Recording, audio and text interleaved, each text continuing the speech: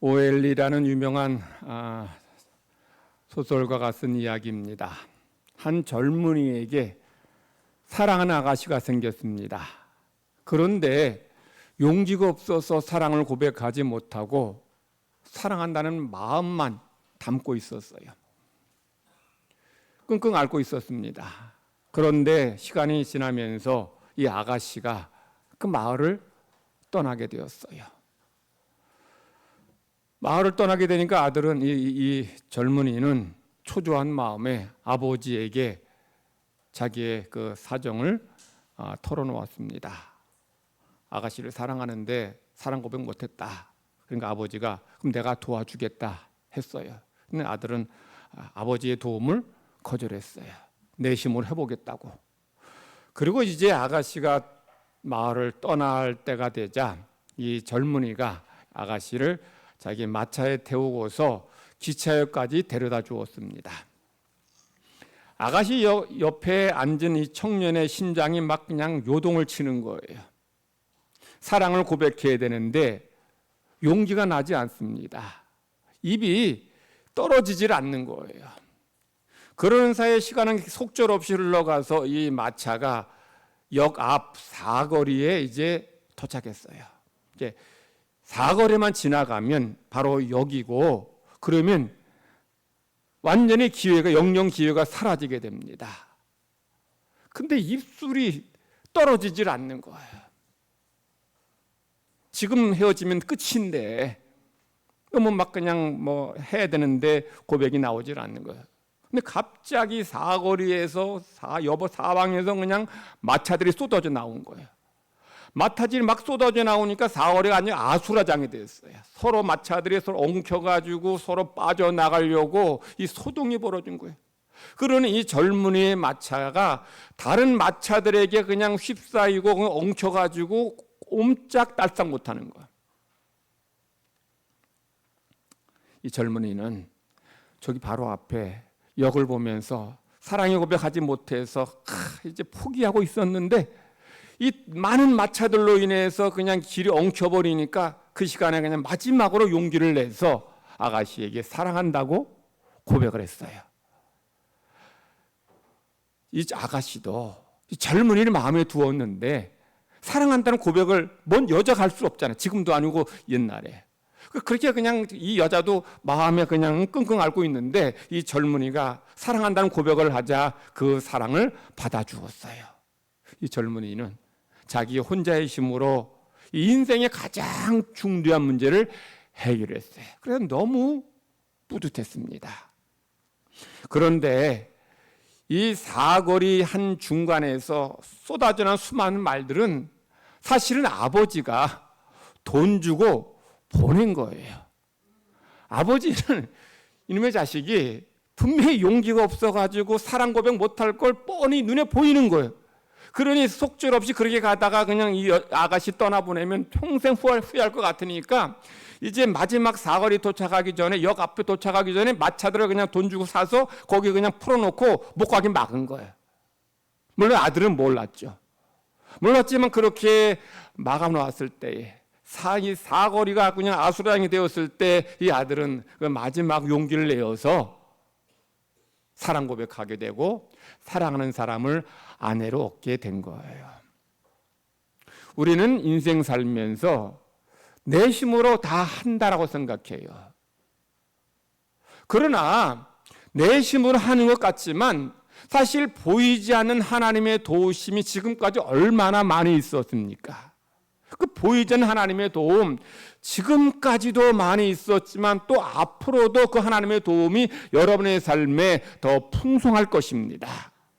보이지 않는 하나님의 손, 보이지 않는 하나님의 도우심이 우리의 삶을 여기까지 인도해 주셨음을 믿으시기 바랍니다.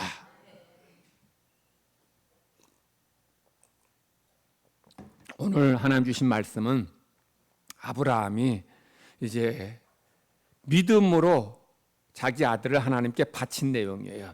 제가 전에 믿음의 사람들 아벨, 에녹, 노아, 아브라함, 사라 믿음에 대해서 말씀드렸어요. 아브라함은 이미 전에 앞에서 앞에서 이제 히브리서 기자는 이미 앞에서 아브라함의 믿음에 대해서 이야기했어요.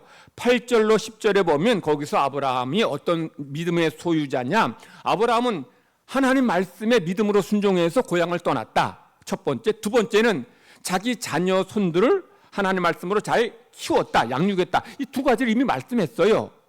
근데 지금 다시 또 뒤에 가서 이 히브리서 기자가 아브라함의 믿음에 대해 또 얘기하는 거예요.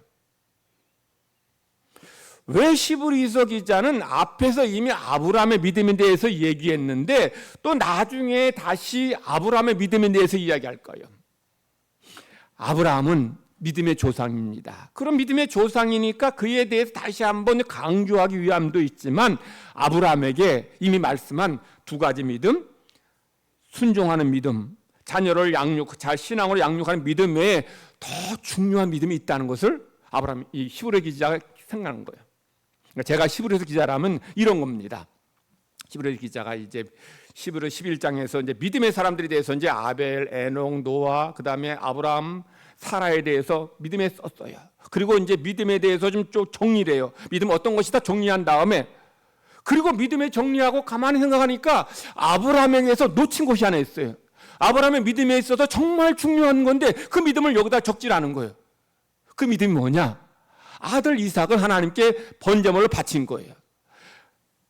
고향을 떠나는 것도 훌륭한 믿음이고 자녀를 믿음으로 말씀으로 키우는 것도 중요한 믿음인데 사실 아브라함의 믿음 하면 어떤 믿음이냐? 100세에 낳은 아들 하나님께 바치는 믿음이에요. 근데 이걸 안 적은 거예요.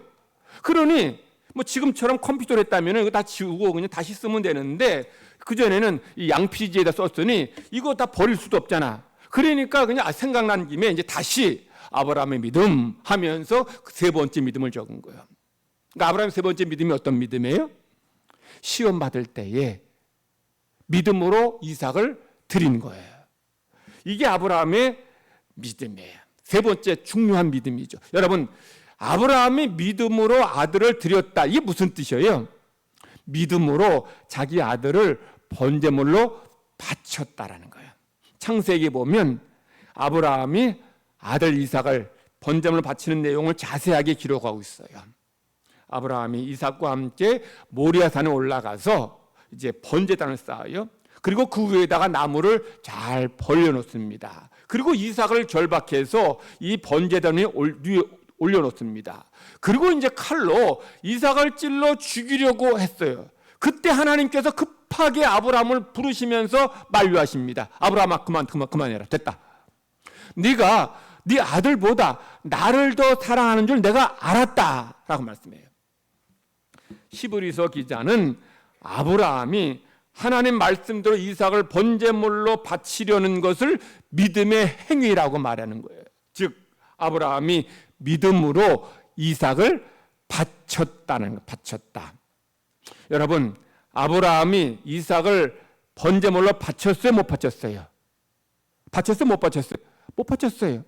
바치려고 했는데 하나님이 됐다. 내가 네 믿음 알았다고 그만하라고 해서 바치지 못했어요. 그런데 히브리서 기자는 아브라함이 믿음으로 하나님께 이삭을 드렸다, 바쳤다라고 표현하는 거예요. 왜 히브리서 기자는 아브라함이 이삭을 믿음으로 드렸다, 바쳤다고 과거 시제로 얘기할까요? 비록 아브라함이 이 이삭을 바치지는 못했지만 하나님 만류하셔서 바치지 못했지만 이삭이 믿음으로 순종했기 때문에 이미 바친 것과 같은 거죠. 하나님이 막지 않으셨다면 이미 이삭은 아브라함의 칼에 찔려 죽었을 것이고 번제물로 다 태워졌을 거예요. 이처럼 아브라함이 믿음으로 하나님 말씀에 순종했기에 이삭을 드렸다, 바쳤다, 과거 시제로 말씀하는 거예요. 아브라함이 번제물로 바친 이삭은 어떤 사람인가 하면 약속을 따라 받은 자, 약속을 따라 받은 자. 여러분, 약속을 따라 받았다는 말이 무슨 뜻이에요? 이삭은 하나님이 약속해서 주신 아들이라는 거예요. 약속 받아서 낳은 아들이라는 거예요. 그러기에 이삭은 약속 따라 받은 아들인데 이 히브리서 기자는 이삭을 어떻게 표현하는가 하면은 외아들이라, 외아들. 이삭은 아브라함의 외아들이라고 해요. 자, 히브리서 기자가 이삭에 대해서 18절에서 이렇게 말씀합니다. 18절 말씀 우리 화면 보시면서 같이 읽겠습니다. 시작. 그에게 이미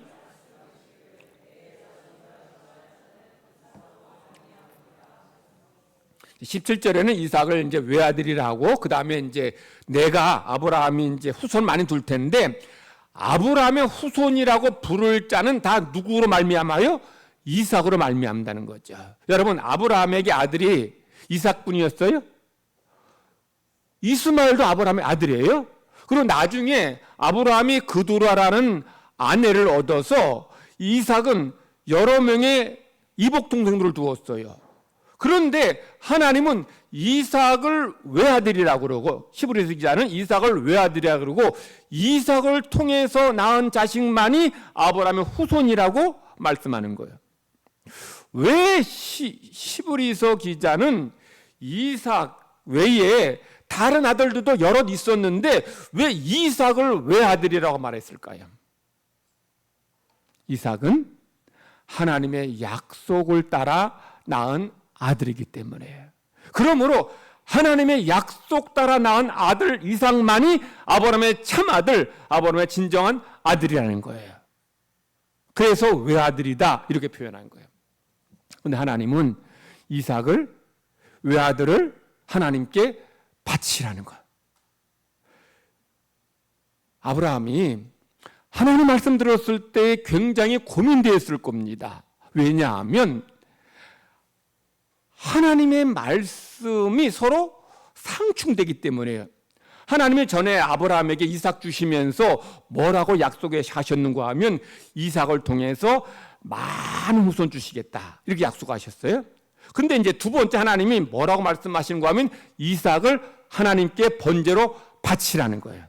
여러분, 이 두 말씀, 하나는 이삭을 통해 많은 후손 주시겠다, 두 번째 이삭을 번제물로 바쳐라, 이 두 말씀이 서로 상충돼요. 왜냐하면 자, 이삭을 통해서 많은 자손 주신다 했는데 이삭을 번제물로 갖다 죽이면 어떻게 많은 자손 얻을 수 있어요? 못 얻죠. 죽은 이삭이 어떻게 애를 낳아요?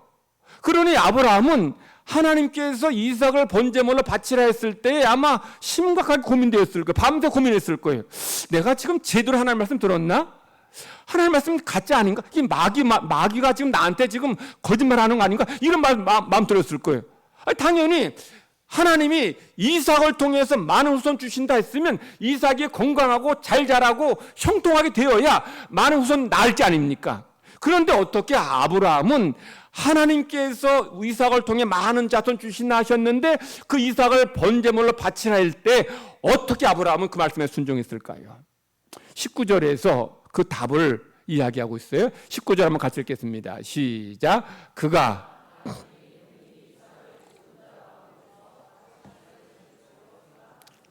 비유컨대 그를 죽은 자 가운데서 도로 받은 것인지라. 좀 말씀 보시면 아브라함은 하나님이 이삭을 번제물로 바쳐도 죽여도 어떻게 이삭을 죽은 자 가운데 다시 살려주실 것을 믿은 거예요.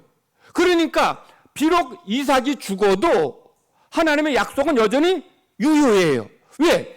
죽여도 번제물로 바쳐도 하나님 이 죽은 아들을 다시 살려주실 것이고 다시 살아난 이삭을 통해서 많은 후손이 생겨날 것이기 때문에, 그래서 아브라함은 믿음으로 이삭을 바쳤고, 그래서 믿음으로 죽은 자 가운데서 도로 이삭을 받았다는 거예요.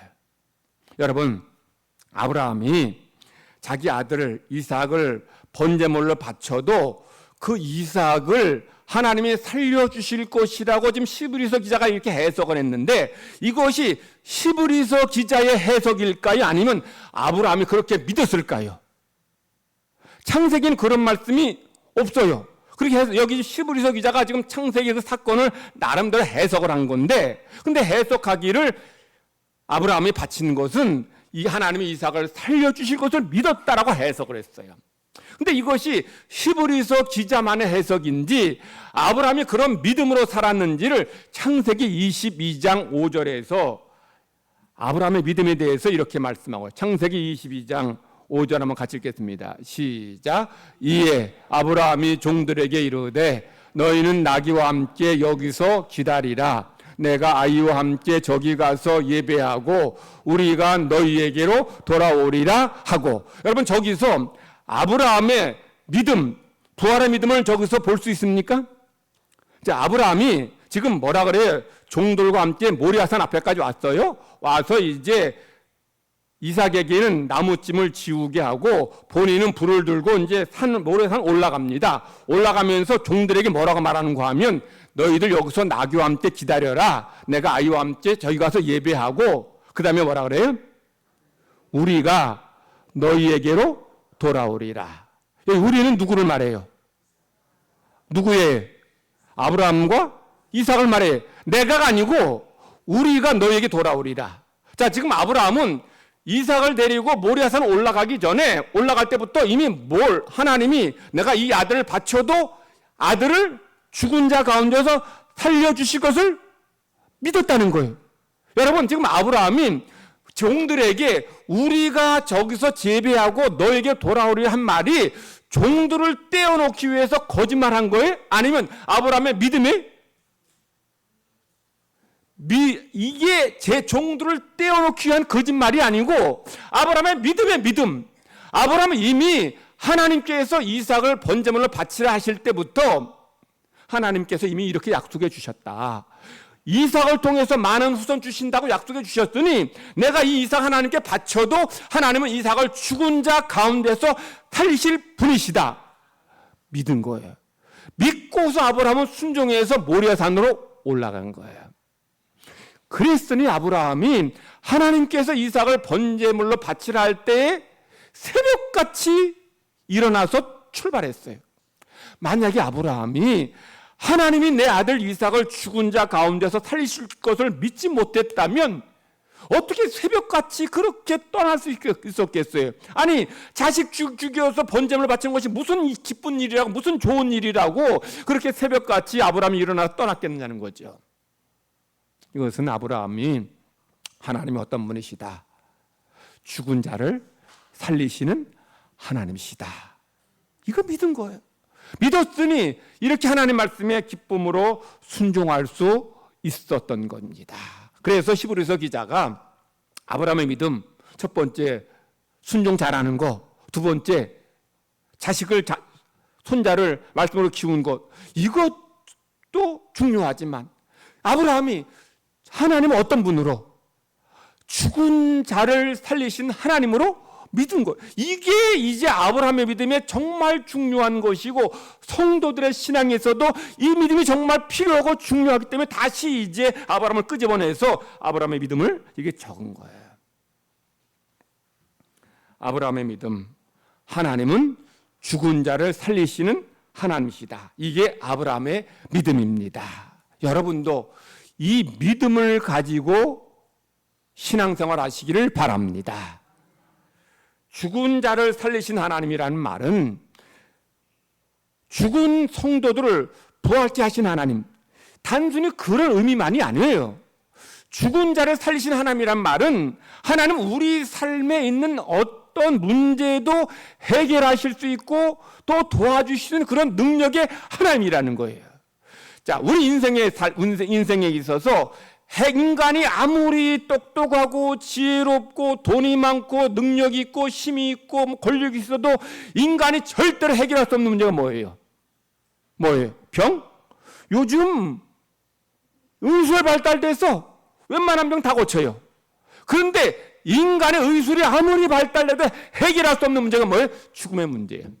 죽음의 문제는 그가 솔로몬도 해결 못하고 죽음의 문제는 세계 최고의 부자인 빌 게이츠도 해결 안 돼요. 그런데 하나님께서 죽음에서 이삭을 살리시고 죽음 가운데 우리를 살려주시는 하나님이시라면 우리 삶에 있는 문제는 문제가 되지 않는다는 거예요. 죽음도 아무 문제가 되지 않는데 아니 병이 무슨 문제가 되겠어요? 천지 만물 창조하신 하나님에게 어떤 것이 문제가 되겠냐는 거죠. 우리 구약의 말씀은 이스라엘 백성이 홍해 앞에서 두려워하고 절망하고 있을 때 하나님 주신 말씀이에요. 하나님 모세 통해서 뭐라고 말씀하시느냐? 너희는 애굽 사람 두려워하지 말아라. 그러면서 하나님께서 뭐라고 너희를 위하여 행하시는 구원을 보라. 하나님이 이스라엘을 위해 행하신 구원이 뭐예요? 홍해를 가르시는 겁니다. 홍해 사이로 이스라엘 백성을 건너가게 하시는 거예요. 그래서 이스라엘을 구원 얻게 하시는 거예요. 지금 하나님이 하시는 이 일, 홍해 사이에 길을 내는 것은 인간의 생각으로는, 인간의 상식으로, 인간의 능력으로는 이건 불가능한 일이에요. 어떻게 그게 가능해요? 그런데 천지를 창조하신 하나님에게는 그게 아무 문제 되지 않는다는 거죠. 이 무한광대한 우주 만물을 창조하신 하나님에게 바닷가에 길 내는 거, 바닷가에 길 내서 이스라엘 백성 지나게 하시는 거, 그게 뭐가 문제 되겠어요? 갓난아기에게 이거 들라 하면은 불가능할 거예요. 근데 저에게 이거 들라 하면 이거 아무것도 아니에요. 저보고 이거 옮겨달라 하면, 저 도와달라 하면 이거 충분히 도와줄 수 있어요. 하나님께 이 죽음의 문제, 홍해를 가르는 문제, 이거 아무 문제 아니라는 거예요. 그러니 두려워하지 말라는 거예요. 나를 믿고 하나님이 행하신 구원을 보라는 거예요. 이게 아브라함의 믿음이에요. 아브라함이 외아들을 하나님께 바칠 수 있었던 것도 바로 하나님은 죽은 자를 살리신 하나님이시다. 우주 만물을 창조하신 하나님이시다. 그 하나님이 내게 말씀하셨기 때문에 하나님은 그 말씀대로 반드시 약속을 지켜주신 하나님이시다. 이걸 믿고서 아브라함은 아들을 바칠 수 있어요. 바쳐도 다시 살려주실 것이고 다시 내 품으로 돌려보내주실 것이다. 믿은 거예요. 성도 여러분, 믿음은 어떤 추상적인 사고나 생각이 아니에요. 우리 삶이에요, 내 삶. 아브라함이 여러분 생각에 그냥 뭐 찌르는 신용만 하려고 그랬겠어요? 찌르는 신용을 하나님이 그만둬라 이렇게 하실 거라고 생각하고 지금 액션만 취한 거예요? 아니에요. 진짜 죽이려고 했어요. 왜? 죽여도 바쳐도 하나님이 살려주실 믿었기 때문에. 이런 삶의 행동에 동반되는 거예요. 신약의 말씀에 예수님께서 이제 갈릴리 호수를 잔잔케 하시는 그런 말씀을 기록하고 있어요. 제자들과 함께 예수님이 갈릴리 호수를 건너가시는데 갑자기 호수에 큰 풍랑이 일어나요. 제가 전에 어떻게 호수에 풍랑이 일어나는지 이유를 말씀드렸어요. 그 지형적 이유 때문인데 갈릴리 호수 이스라엘 맨 북단에 있는데 그 위에 바로 뭐가 있어요? 헐몬산이 있어요. 헐몬산이 V자 모양의 협곡으로 되어 있습니다. 그래서 북쪽에서 바람이 이제 남쪽으로 불어 내려오다 보면 이 V자 모양의 협곡을 통과하면 바람이 강풍으로 바뀌어집니다. 바람이 불다가 좁은 곳을 통과하게 되면 바람이 센 바람이 돼요. 제가 요 가로공원에서 운동하다 보면 여름에도 그렇고 겨울에도 그렇고 여기에는 밑에는 바람 안 부는데 신세계 쪽에는 바람이 안 부는데 위로 가면 바람 부는 데가 있어요. 어딘지 아셔요? 건물 사이에 틈이 있는 거기에 바람이 불어요. 건물풍이라 그래요. 바람이 불다가 건물에 막혀서 바람이 안 왔는데 근데 건물이 없고 틈이 있으니까 거기에 바람이 불 때 엄청나게 센 바람이 불어요. 겨울엔 굉장히 춥고 여름엔 굉장히 시원해요. 그것 똑같아요. 지금 갈릴리 호수에 지금 북쪽에서 바람이 내려오다가 이 V자 모양의 협곡인 바람을 그 헐몬산을 통과하면서 바로 그 바람이 이제 갈릴리 호수로 내리치게 되면 그냥 막 배가 뒤집히고 큰 풍랑이 일어나게 되는 거예요. 그래서 제자들이 죽겠다고 하나님 예수님께 그냥 예수님을 깨우면 예수님께서 일어나셔서 뭐라 그래요? 바람과 파도를 꾸짖으시면서 잠잠케 하셔요. 그러니까 주님께서 꾸짖으시니까 바람이 먹고 파도가 풍랑이 잔잔해져요. 그때 제자들이 뭐라고 말하는가 하면 이분이 어떤 사람이기에 바람과 바다도 순종하는가. 여러분 제자들이 이 말이 무슨 말이에요? 이 바람과 바다 파도를 잔잔케 하시는 것은 사람이 할 수 있는 게 아니라는 거예요. 이건 누가 할 수 있는 거예요? 하나님만이. 결국 제자들 이 고백은 예수님이 하나님이시라는 거예요. 그러니 예수님에겐 불가능한 일이 없다라는 거죠. 그러므로 하나님 있는 성도들이 이 세상 살아갈 때에 두려워하지 말라는 거예요. 여러분 여러 가지 문제 만납니다. 죽음의 문제, 질병의 문제, 여러 가지 문제 만나지만 우리가 이 세상을 살아갈 때 홍해 앞에 이스라엘 백성들처럼 풍랑을 만난 제자들처럼 여러분은 그 하나님을 신뢰하며 살아가라는 거예요. 모세 통해 하나님이 주신 말씀이 뭐예요?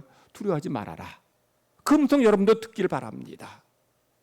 제자들에게 풍랑을 잔잔케 하시는 그 하나님의 능력을, 주님의 능력을 믿기 바랍니다. 죽은 자를 살리시는 하나님을 믿고 우리가 문제 만났을 때 하나님 앞에 우리 삶을 내려놓고 하나님을 의지하는 모든 성도가 되기를 하나님은 간절히 바라십니다. 아브라함의 세 번째 믿음 뭐예요? 죽은 자를 살리시는 하나님을 믿는 믿음입니다. 죽은 자를 살리시는 하나님이라면 우리 삶에 어떤 문제도 문제되지 않을 것입니다. 아브라함이 자기 아들 하나님께 바칠 수 있었던 것은 하나님은 이런 분이시기 때문에, 죽은 자를 살리실 수 있는 분이기 때문에 아브라함이 그렇게 순종할 수 있었어요. 제가 서론에서 자기 아들을 너무 잘 알아가지고 아들이 사랑 고백 못할 것 같아서 아들을 위해서 사거리에다 마차를 풀어놓은 아버지 이야기를 했어요. 아버지는 아들을 잘 알았기에 아들에게 가장 필요한 것으로 아들을 도와주었어요. 여러분 지금 용기가 없어서 사랑 고백하지 못하는 아들에게 정말 필요한 게 뭐예요? 돈이에요? 명예입니까? 권력입니까? 아니에요. 용기를 낼 수 있는 시간이 필요해요. 그래서 아버지는 이 아들이 용기 낼 수 있도록 역 앞 사거리에 마차로 그냥 가득 차게 해서 아들이 용기 낼 수 있는 시간을 풀어서 준 거예요. 그 아버지는 너무나 지혜로운 거죠. 아들을 잘 알기 때문에. 하나님은 이 아버지보다 더 지혜로우신 분이시고 더 능력과 사랑이 풍성하신 하나님이십니다. 그래서 여러분의 삶의 형편을 잘 아시기 때문에 여러분 하나님 앞에 엎드려 기도할 때 하나님의 도우심을 간구할 때 그 하나님께서 여러분을 도와주시고 여러분에게 역사하시고 은혜 내려 주십니다. 그 믿음 가지고 여러분이 이 땅 살아가시기를 바랍니다. 하나님 지금 살아계셔서 우리 기도 들으시고 우리 형편 보시고 아시고 우리 기도에 응답해 주시는 하나님이십니다. 하나님 믿고 날마다 담대하게 살아가는 또 승리하는 모든 성도가 되기를 간절히 바랍니다. 하나님 아버지 감사합니다. 우리 하나님 살아계시는 하나님이심을 믿습니다. 전능하신 하나님이심을 믿습니다.